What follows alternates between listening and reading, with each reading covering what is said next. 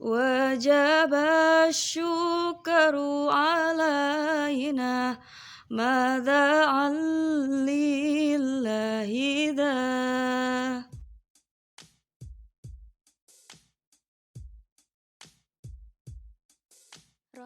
Hijrah Nabi Muhammad SAW ke Madinah merupakan sesuatu hal yang membanggakan karena merupakan tonggak berdirinya kejayaan Islam. Bersama saya, Bu Intan Permatasari, kita akan belajar bersama-sama tentang sejarah dakwah Nabi Muhammad SAW di kota Madinah. Kalian tahu apa yang membuat Nabi Muhammad SAW memutuskan untuk berhijrah ke kota Madinah? Padahal jarak antara kota Mekah dan Madinah itu sangat jauh, sejauh 320 km selama 8 hari dan ditempuh dengan berjalan kaki.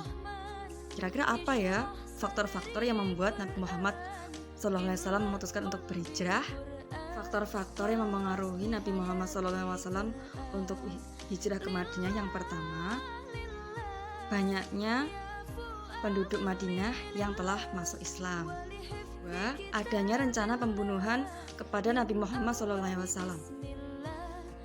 Ketiga, yang mempengaruhi hijrahnya Nabi Muhammad SAW ke Madinah, yaitu adanya penindasan kepada Nabi Muhammad SAW dan pengikutnya dari kafir Quraisy. Nah, marilah kita mempelajari proses hijrahnya Nabi Muhammad SAW dari Mekah ke Madinah.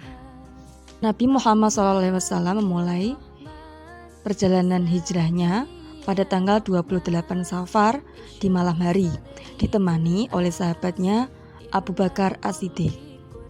Karena situasi tidak memungkinkan dan tidak aman, Nabi Muhammad SAW memutuskan untuk tinggal di sebuah gua yang bernama Gua Thur selama 3 hari. Kemudian Nabi Muhammad SAW melanjutkan perjalanannya pada tanggal 1 Rabiul Awal. Pada tanggal 8 Rabiul Awal, Nabi Muhammad SAW tiba di Quba dan membuat Masjid Quba. Pada tanggal 12 Rabiul Awal, akhirnya Nabi Muhammad SAW tiba di kota Madinah dengan disambut sukacita oleh kaum Ansor.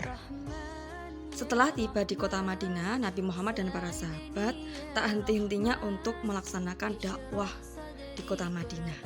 Ada beberapa strategi yang digunakan oleh Nabi Muhammad SAW untuk menyampaikan dakwah di kota Madinah. Apa ya strateginya? Nabi Muhammad SAW memiliki strategi dakwah di kota Madinah. Antara lain, yang pertama, Nabi Muhammad SAW mendirikan masjid sebagai pusat ibadah dan pusat dakwah. Yang kedua, Nabi Muhammad SAW membangun ekonomi dengan membuat pasar di dekat masjid. Strategi yang ketiga, Nabi Muhammad SAW mempersaudarakan antara dua kaum, yaitu kaum Muhajirin dan kaum Ansor. Kaum Muhajirin itu kaum yang berhijrah dari kota Mekah ke kota Madinah. Kalau kaum Ansor adalah kaum yang menyambut kedatangan Nabi Muhammad SAW di Madinah. Strategi yang keempat, Nabi Muhammad SAW membuat piagam Madinah sebagai dasar toleransi untuk umat beragama di Madinah. Alhamdulillah, untuk itu materi hijrah Nabi Muhammad SAW ke kota Madinah sudah selesai.